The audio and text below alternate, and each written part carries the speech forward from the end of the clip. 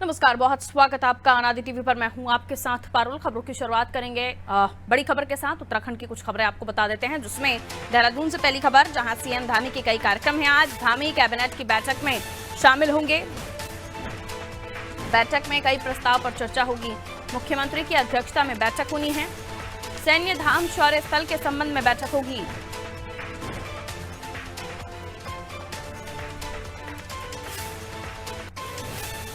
उच्च स्तरीय समिति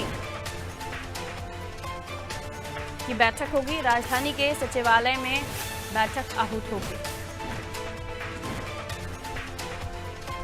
तो सीएम धामी के कई कार्यक्रम हैं। धामी कैबिनेट की बैठक है। कई प्रस्ताव जिन पर चर्चा होगी। कौन से वो प्रस्ताव हो सकते हैं जिस पर कैबिनेट में चर्चा हो सकती है, जानकारी दे रहे हैं सोनू, मेरे सहयोगी हमारे साथ बने हुए हैं। सोनू, कैबिनेट मीटिंग है और इस मीटिंग में क्या कुछ प्रस्ताव होंगे जिन पर चर्चा हो सकती है? देखिए, कई ऐसे प्रस्ताव हैं जिन पर आज कैबिनेट में चर्चा होगी और जिन प्रस्तावों पर चर्चा के बाद कैबिनेट अपनी मंजूरी प्रदान कर सकती है। राज्य के विकास से जुड़े हुए कई ऐसे प्रस्ताव हैं जिन पर चर्चा होनी है। खास तौर पर आने वाले समय में निवेशक सम्मेलन आयोजित कराया जाएगा। इसके प्रारूप पर चर्चा होगी। इसके अलावा जो प्राथमिक परिवार हैं, अंत्योदय योजना के तहत इन परिवारों को 50% अनुदान और खास तौर पे नमक और 2 किलो चीनी फ्री देने की का जो प्रस्ताव है। इसके अलावा शिक्षा विभाग से संबंधित प्रस्ताव है, गृह विभाग से संबंधित प्रस्ताव है, कृषि और चिकित्सा विभाग से संबंधित प्रस्ताव है। कई ऐसे प्रस्ताव हैं। नर्सिंग अधिकारियों की जो भर्ती की नियमावली है उससे संबंधित भी प्रस्ताव हैं।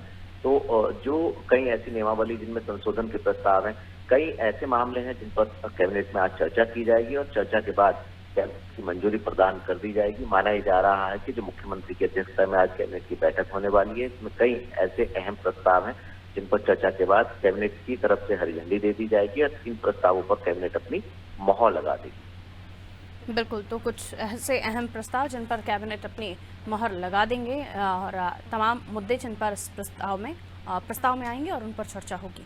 सुनो, अगली खबर पर आपसे जानकारी ले लेंगे, लौट रहे हैं आपके पास।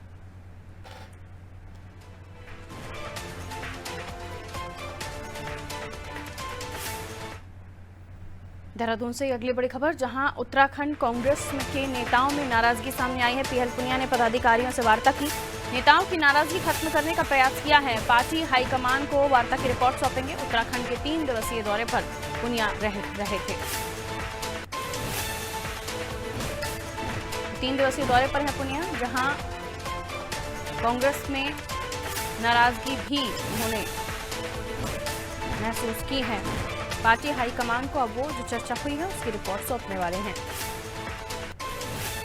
तो जैसे कि इससे पहले भी कयास लगाए जा रहे थे कि जो बयानबाजियों का दौर चल रहा था, पब्लिक में आकर एक दूसरे के खिलाफ या विरोध में, जो बिल्कुल भी कांग्रेस के लिए ठीक नहीं था। और पीएल पुनिया के जाने के बाद बंद कमरे में चर्चा भी हुई थी, जिसके बाद भी ये कयास लगाए जा रहे थे कि बंद कमरे में अगर मीटिंग हो रही है, चर्चा हो रही है, तो बहुत कुछ ठीक नहीं है, ये भी माना जा सकता है। अब ये भी खबर की नाराजगी सामने आई है, लेकिन वो कौन से नेता हैं जिनके साथ उन्होंने मीटिंग की है, जिनकी नाराजगी सामने आई, इस पूरी खबर को डिटेल में समझ लेते हैं। सोनू हमारे साथ जुड़े हुए हैं। सोनू, कांग्रेस नेताओं की नाराजगी उत्तराखंड में सामने आई है, जहां पीएल पुनिया ने इनसे चर्चा की, जिसके बाद अब ये बताया जा रहा है कि आलाकमान को रिपोर्ट सौंपेंगे। देखिए पारुल, 1 साल पहले जब उत्तराखंड में विधानसभा के चुनाव हुए थे, उस वक्त कांग्रेस को हार का सामना करना पड़ा था और तब से ही कांग्रेस के जो नेता हैं इनमें आपसी अंतर्कलह शुरू हो गया था और बयानबाजी का सिलसिला भी शुरू हो गया। और उसके बाद ये बढ़ती आपसी जो बयानबाजी है, नाराजगी है, ये जब जाहिर होने लगी और जब ये पूरा मामला जब जाहिर हो गया तो प्रदेश अध्यक्ष ने पार्टी हाईकमान से गुहार लगाई कि जो पार्टी के नेता नाराज हैं, अब इनको मनाने का वक्त आ गया है और इन पर एक्शन लिया जाना चाहिए। चाहे वो अनुशासनात्मक एक्शन हो या फिर इनको समझाने का कार्य किया जाना चाहिए। और प्रदेश अध्यक्ष ने जब ये हाईकमान से निवेदन किया, उसके बाद हाईकमान ने जो उप सांसद हैं पीएल पुनिया, उनको पर्यवेक्षक नियुक्त किया और उत्तराखंड भेजा। और जब उत्तराखंड यहाँ पहुंचे तो तमाम नेताओं ने उनका स्वागत किया और उसके बाद बैठकों का सिलसिला शुरू हुआ। और जो पर्यवेक्षक के तौर पर पीएल पुनिया यहाँ पहुंचे, उन्होंने पार्टी के सीनियर पदाधिकारियों से लेकर के जो फ्रंटल संगठन है वो और जो जितने पार्टी के प्रकोष्ठ हैं अलग अलग चाहे वो पिछड़ा वर्ग हो, चाहे वो किसान मोर्चा हो या फिर युवा हो या एनएसआई हो, ये जितने भी संगठन हैं, इन संगठन के पदाधिकारियों से एक एक कर बातचीत की और उनकी जो नाराजगी है उसको जाना और संगठन को कैसे मजबूत कर सकते हैं ये टिप्स भी दिए। तो अलग अलग पदाधिकारियों से बातचीत की और पार्टी नेताओं ने खुलकर के अपनी नाराजगी को व्यक्त किया। कुछ नेताओं की जो प्रदेश प्रभारी हैं उनके कायदे को लेकर के नाराजगी थी, कुछ नेताओं में जो पार्टी के क्षेत्रीय संतुलन है उसको लेकर के, और कुछ नेताओं में अपनी व्यक्तिगत नाराजगी थी। आप जानते हैं कि पार्टी में धड़ेबाजी खेमेबाजी होती है, तो अलग अलग खेमे के जो नेता थे, अलग अलग नेताओं ने एक एक करके अपनी बात को रखा और सभी पार्टी के नेताओं से बातचीत की और ये टिप्स दिए हैं कि आने वाले समय में जो चुनाव होंगे, खास तौर पर चाहे वो निकाय के चुनाव आने वाले समय में हो या फिर जो आम लोकसभा के चुनाव होने हैं, उसको लेकर के पार्टी एकजुट हो और संगठन के सभी नेता एक सुर में आगे बढ़े और संगठन को मजबूत करने के साथ साथ चुनाव को कैसे जीतना है इस पर फोकस करें। इन तमाम पहलुओं पर चर्चा होने के बाद अब पीएल पूनिया दिल्ली के लिए रवाना हो गए हैं और जो नेताओं से बातचीत हुई है, इस बातचीत में जो नाराजगी नेताओं की आई है, इस रिपोर्ट को पार्टी हाईकमान के सम्मुख रखेंगे पूनिया, और उसके बाद अब ये देखना होगा कि पार्टी हाईकमान आखिर पार्टी के नेताओं को, प्रदेश स्तरीय जो नेता हैं, इनको क्या दिशा निर्देश, क्या गाइडलाइन पार्टी हाईकमान के स्तर से दी जाती है। जी पारुल। बिल्कुल, पार्टी हाईकमान की तरफ से किस तरह से आगे इस पूरे मामले को देखा जाता है, आगे क्या कुछ एक्शन रिएक्शंस होते हैं, उन पर हमारी नज़र होगी, क्योंकि बहुत ही महत्वपूर्ण है ये जानना भी कि आखिर कांग्रेस इस नाराज़गी को लेकर क्या एक्शन लेते हैं, नाराज़गी की वजह क्या रही। आप ये भी सोनू आपसे जानना चाहेंगे कि आप कौन से वो नेता हैं जिनमें आपसी अंतर्कलह इन दिनों देखी जा रही है, क्या इस बारे में कोई जानकारी आप दर्शकों को देना चाहेंगे? देखिए, कई ऐसे नेता हैं, अगर हम प्रीतम सिंह के 2 दिन से हम लगातार कोशिश कर रहे हैं, हालांकि वो मीडिया के सामने आना इस वक्त मुनासिब नहीं समझते हैं। प्रीतम सिंह जो है वो चकराता विधानसभा के विधायक हैं और कांग्रेस के पूर्व प्रदेश अध्यक्ष हैं, नेता प्रतिपक्ष हैं और उनका अपना एक कद माना जाता रहा है। जो कांग्रेस की सरकार यहाँ रही तो कैबिनेट मंत्री भी रहे हैं। तो पीएल पूनिया ने प्रदेश जो प्रभारी हैं देवेंद्र यादव, उनकी कार्यप्रणाली को लेकर के अपनी नाराजगी व्यक्त की थी। और इसके अलावा जो तिलक राज बेहड़ हैं, जो कुमाऊं क्षेत्र के किच्छा विधानसभा के विधायक हैं, हालांकि वो इस वक्त पूरी तरह से स्वस्थ नहीं है और इस बैठक में शामिल नहीं हो पाए, लेकिन हाल ही में उन्होंने एक वीडियो जारी कर अपनी नाराजगी को व्यक्त किया था और ये कहा था कि जो पार्टी के इस वक्त जिम्मेदार पद हैं, उन पदों को सिर्फ और सिर्फ कुमाऊं क्षेत्र के लोगों को ही दे दिया गया। गढ़वाल मंडल जो उत्तराखंड का है, इसकी उपेक्षा की गई है। तो इसी तरह से पार्टी कई ऐसे नेता हैं जिन्होंने अपनी नाराजगी जताई थी और नाराजगी की तमाम जो खबरें हैं इन नेताओं के बयानबाजी की, वो हमने अनादि टीवी के दर्शकों तक इसका पल पल का अपडेट पहुंचाया था। तो ये जो नाराजगी है, इस नाराजगी के बाद प्रदेश अध्यक्ष जो करण माहरा है, उन्होंने पार्टी हाईकमान से गुहार लगाई और उसके बाद इन नेताओं की, क्योंकि पार्टी के सीनियर नेता हैं, इन नेताओं की नाराजगी कैसे खत्म की जा सकती है, इसका निवेदन किया था। और जो प्रदेश अध्यक्ष है, इनके निवेदन के बाद ही ये पर्यवेक्षक नियुक्त किए गए थे और पर्यवेक्षक ने अब यहाँ का जायजा लिया है। उसके बाद भी देखना होगा कि आने वाला तस्वीर उत्तराखंड कांग्रेस के नेताओं की नाराजगी की क्या होने वाली है। बिल्कुल, ये देखना दिलचस्प होगा कि आगे किस तरह से अब कांग्रेस आलाकमान इस पर निर्णय लेते हैं। लौटूंगी आपके पास, अगली खबर पर आपसे बात करते हैं। तो उत्तराखंड कांग्रेस में नाराजगी की खबरें, जिसके बाद पीएल पूनिया ने तमाम नेताओं से वार्ता भी की और अब ये कहा जा रहा है कि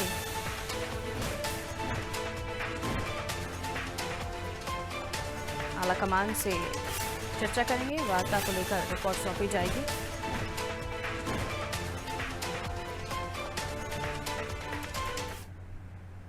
देहरादून से अगली खबर, जहां सीएम से मुलाकात करने वालों का सत्यापन होगा। कई स्तर पर चेकिंग की जाएगी, प्रोटोकॉल का सख्ती से पालन कराया जाएगा, मीडिया कर्मियों की भी कई स्तर पर चेकिंग होगी। लेकिन ये क्यों निर्णय लिया गया है, आखिर इसके पीछे की वजह क्या है, और भी जानकारी ले लेते हैं। सोनू हमारे साथ लगातार बने हुए हैं। तो सीएम से मुलाकात करने वालों का सत्यापन होगा, जिनमें मीडिया कर्मी भी अगर जाते हैं तो उनकी भी चेकिंग होगी। ये जो चीज़ें की जा रही हैं, या ये इतनी सिक्योरिटी एंड प्रोटोकॉल का इतनी सख्ती से पालन कराया जाना, क्या वजह है सोनू? देखिए पारुल, हाल ही में जो उत्तर प्रदेश में पूरा घटनाक्रम सामने आया था और जो मर्डर केस अतीक अहमद और उसके सहयोगी का सामने आया था, उसको लेकर के उत्तराखंड पुलिस की सतर्कता और एहतियातन तौर पर सतर्क हो गई है। और पुलिस के जो मुखिया हम कह सकते हैं, डीजीपी हैं, उन्होंने अधिकारियों से बातचीत की और इसका एक प्रारूप तैयार किया है कि मुख्यमंत्री की सुरक्षा बहुत जरूरी है। हालांकि इस वक्त भी मुख्यमंत्री के पास Z+ सुरक्षा का औरा है। बावजूद इसके जो भी पुलिस के अधिकारी हैं वो अब इस बात के लिए सतर्क और अलर्ट रहेंगे, और जो खुफिया विभाग के अधिकारी हैं वो और ज्यादा अलर्ट हो जाएंगे कि जो मुख्यमंत्री के कार्यक्रम होंगे वहां पर पुलिस की पैनी नजर रहे, खुफिया तंत्र की पैनी नजर रहे, और जो मुख्यमंत्री से मुलाकात करने वाले हैं, इवन कि उसमें चाहे मीडिया कर्मी ही क्यों ना हो, मीडिया कर्मियों की भी कई स्तर की चेकिंग की जाएगी और सत्यापन सघनता से किया जाएगा। खास तौर पर मुख्यमंत्री की सुरक्षा के साथ किसी भी तरह की कोई भी किसी भी स्तर पर कोताही नहीं बरती जाएगी, ये सुनिश्चित किया जा रहा है। और आने वाले समय में ये मान लीजिएगा कि जो भी मुख्यमंत्री से मुलाकात करेंगे उनकी का सत्यापन होगा, उनकी सघन चेकिंग होगी, कई स्तर की चेकिंग होगी, और मुख्यमंत्री से अब मिलना इतना आसान नहीं होगा, क्योंकि उत्तराखंड के मुख्यमंत्री का जो व्यवहार है बहुत मिलनसार व्यवहार है। और जब भी कहीं किसी भी जनपद के प्रवास पे जाते हैं तो सुबह उठकर एक आम इंसान की तरह मुख्यमंत्री पब्लिक के बीच पहुंच जाते हैं, सरकार की जन कल्याणकारी योजनाओं का फीडबैक लेते हैं, और प्रोटोकॉल और जो लाव लश्कर है उसको छोड़ के आम इंसान की तरह मुख्यमंत्री जनता के बीच पहुंचते हैं। तो जिस तरीके का मुख्यमंत्री का व्यवहार है, उस तौर पे पुलिस और ज्यादा सतर्क हो गई है। और जो यूपी में पूरा घटनाक्रम हुआ है, जिसमें जो शूटर थे उन्होंने एक माइक हाथ में लिया हुआ था, उस वक्त जब मीडिया बातचीत करने की कोशिश कर रही थी अतीक अहमद से, तो उस वक्त सबको ये महसूस हो रहा था कि मीडिया से जुड़े प्रतिनिधि हैं, लेकिन वो शूटर थे। तो इस घटनाक्रम को देखते हुए पुलिस ने एहतियातन तौर पर सतर्कता बरतनी शुरू कर दी है। पुलिस इसको लेकर के गंभीर हो गई है और मुख्यमंत्री का जो प्रोटोकॉल है उसका सख्ती से पालन कराने के लिए व्यवस्थाओं को सुनिश्चित किया जा रहा है। बिल्कुल। अब ऐसे में जिस चीज़ों को ध्यान में रखते हुए इन तमाम प्रक्रियाओं को किया जा रहा है, इस पर भी किसी तरह की कोई चूक ना हो, जो प्रोटोकॉल्स हैं उनका आप सख्ती से पालन कराया जाए, ये भी देखना होगा। किसी तरह से कोई छूट नहीं दी जानी चाहिए अगर ये तमाम चीज़ें हैं। लौट रहे सुनो आपके पास, अगली खबर पर आपसे बात करेंगे।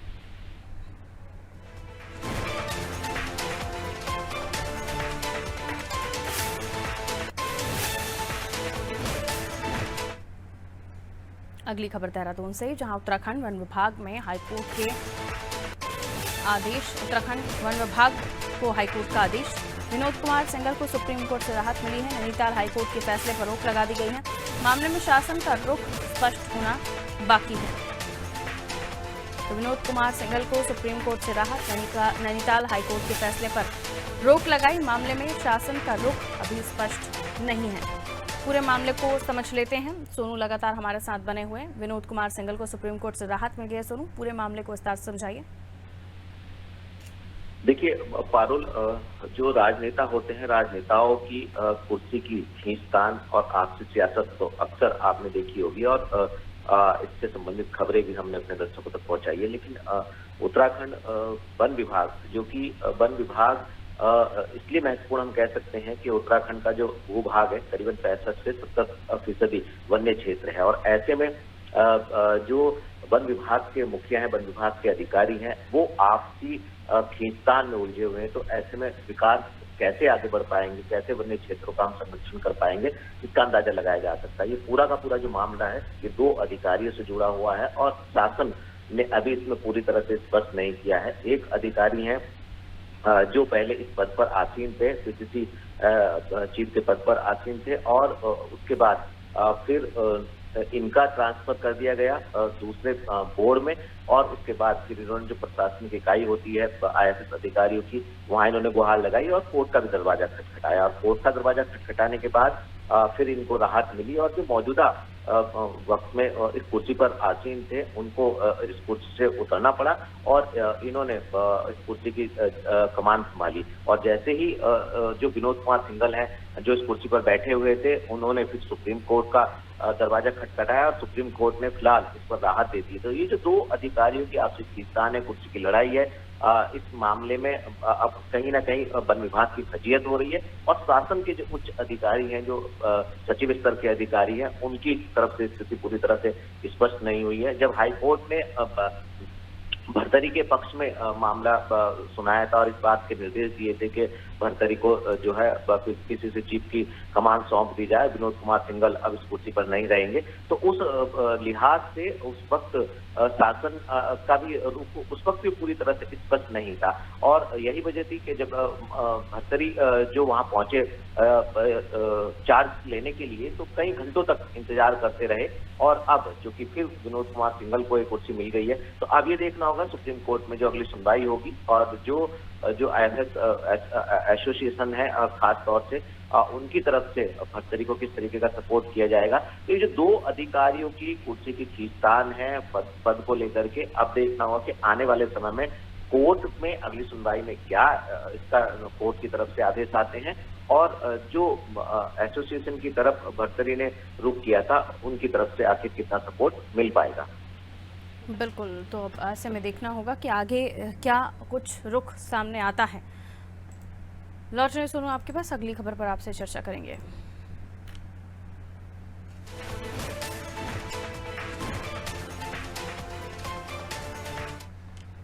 अगली खबर देहरादून से ही आपको बता दें, जहां केंद्र सरकार ने समग्र प्रस्ताव मांगा है। इनर लाइन परमिट का समग्र प्रस्ताव मांगा गया है।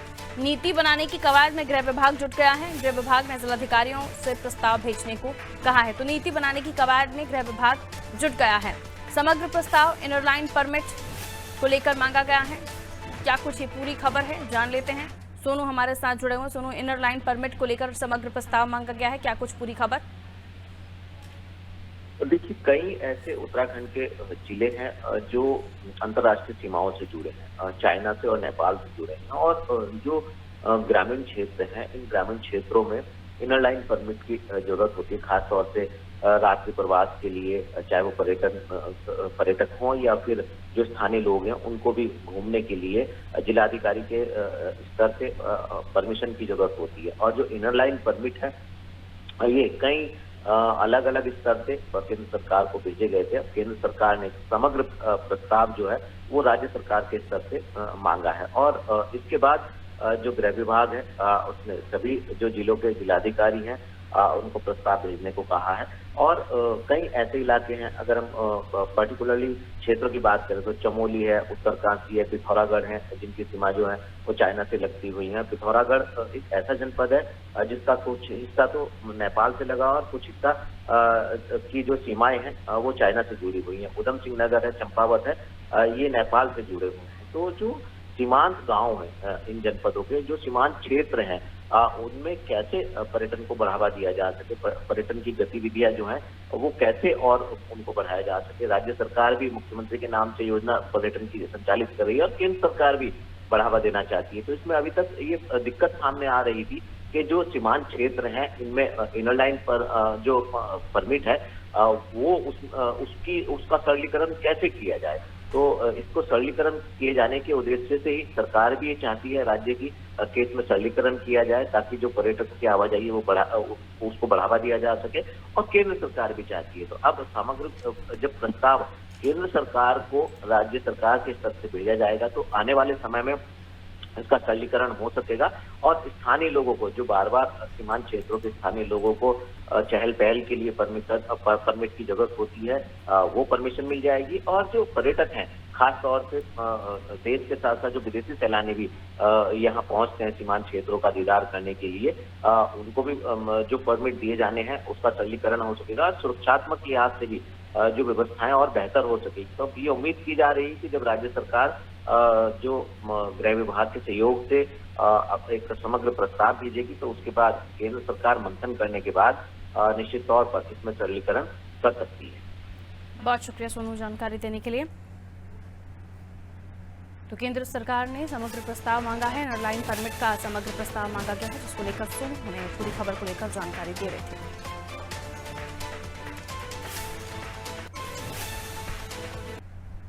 और इसी के साथ इस बुलेटिन में इतना ही। दीजिए इजाजत, नमस्कार।